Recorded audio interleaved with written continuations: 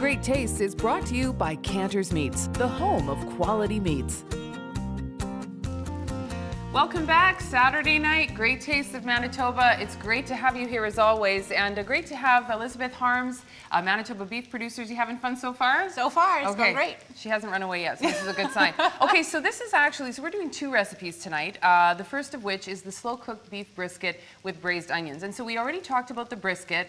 Ours is about 1.5 pounds. We've also talked how you can get one the size of a small automobile as well, if that's more your preference to suit your purposes. And now we're moving on to the braising of the onions. Yes. Okay, so why don't you start by walking us through this process? Okay, so I've got some onions as well as garlic in here, and they're caramelizing, so they take a little bit of time. And this is where you want to, like, when we do end up putting this into the slow cooker, we want to get every single little bit, scrape every bit. Exactly. Now, the best part about doing the onions like this is that because you've already seared the meat, some of that spice has come off and been left in the pan. Oh, yeah. So you're going to throw those onions in, and it's going to soak up all of that flavor. And I will mention, of course, Manitoba Beef, great local product, obviously. Yeah. And a peak of the market, locally grown onions. It's always a pleasure to include them in our recipes here on Great Tastes. Yeah, for sure.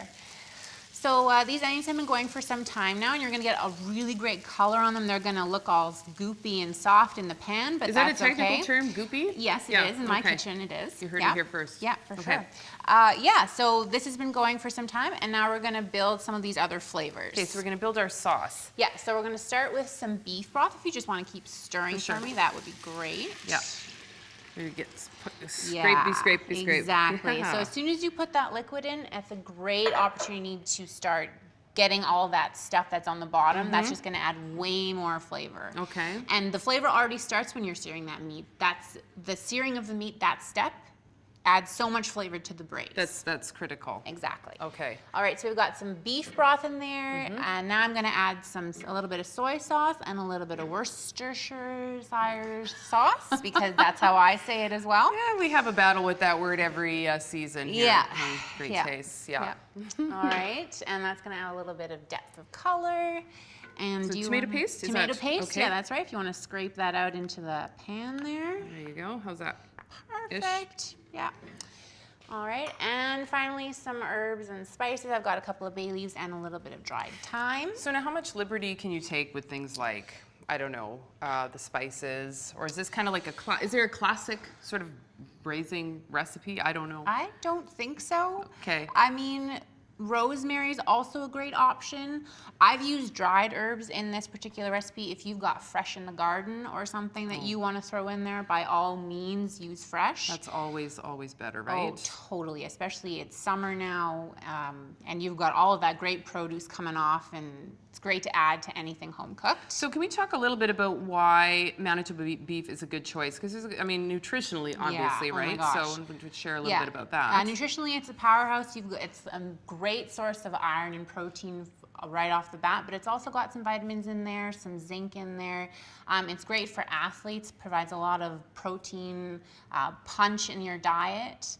And also, we support lots of great family farms here. We represent over 6,500 farms here in the province. Wow. So yeah, it's a great option. Pretty impressive. Okay, so things to think about. Yeah. Okay, so now how long does this, do we sort of wait on this a long time? I don't, I'm impatient when I cook sometimes, so I should give you your spoon, but I've sort of taken over the process. That's okay. So you want to give it a little bit of time just to stew, kind of build those flavors, get all that stuff up off the bottom of the pan.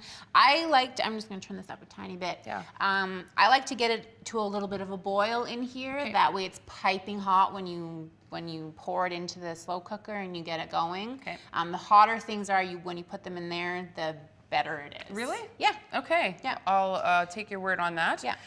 So do we want to bring this to a boil, or are we going to try and? If we can, I'm going to just. Okay.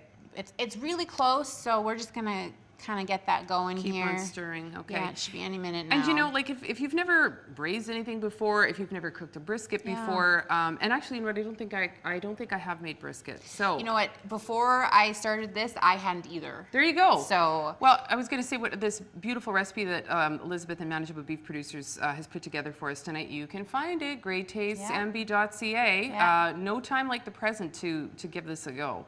Absolutely. So- And don't be daunted by it. I know it's a large piece of meat and it takes a really long time to cook, but in the end, it's totally worth it. It's super tender. You got all that flavor that's been building over a very long period of time in that slow cooker.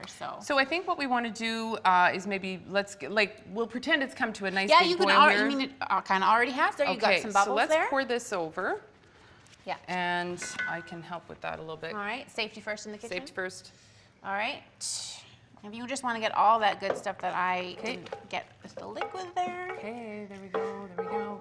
And now I was really hoping I'd have a second to try this, because we do have one prepared there, or over All right. on the other side. There we go, yeah. There. Okay, Turn that off. okay. All right, now we've got it all in here. Sometimes you might have to maneuver it so the meat's kind of under the liquid or more or less under the liquid. You're gonna plug that in, turn it on, and cook for anywhere between 8 to 10 hours on low. Okay. Low and slow. Low and slow. Yeah. How eager am I to get into the... Oh, I can see you're like making a beeline for it here. We're going to be taking a break in a sec, but yes, if you wouldn't mind just maybe cutting a piece, and then and then you've got your sauce here. This is sort of the finished product, right? Yeah, this is what it looks like after it's been cooking for those 8 to 10 hours, as I was saying. Yeah. So I've kind of cut a few slices here. That looks lovely. Yeah, and I'll put this in here for Thank you. you. Get a little bit of sauce. Okay. And of course... Oops, here, I'll come back. Sorry Oh, about that. that's okay. And of course, the sauce is super important. You want to keep that sauce. It's going to be important for those week-and-a-day recipes that we were talking about earlier. But also, if you want to store the meat in the sauce in the fridge, it's just going to add way more flavor That will work too. each time that you eat it. Okay, Yeah. fantastic. Thank Yeah. you. I'm going to give this a go. When we come back, though, a grilled beef dip and Thai beef noodle bowl. Yeah. All right, stick around. Great Taste of Manitoba. You're watching Great Tastes of Manitoba, brought to you in part by Manitoba Liquor Mart. Enjoy responsibly.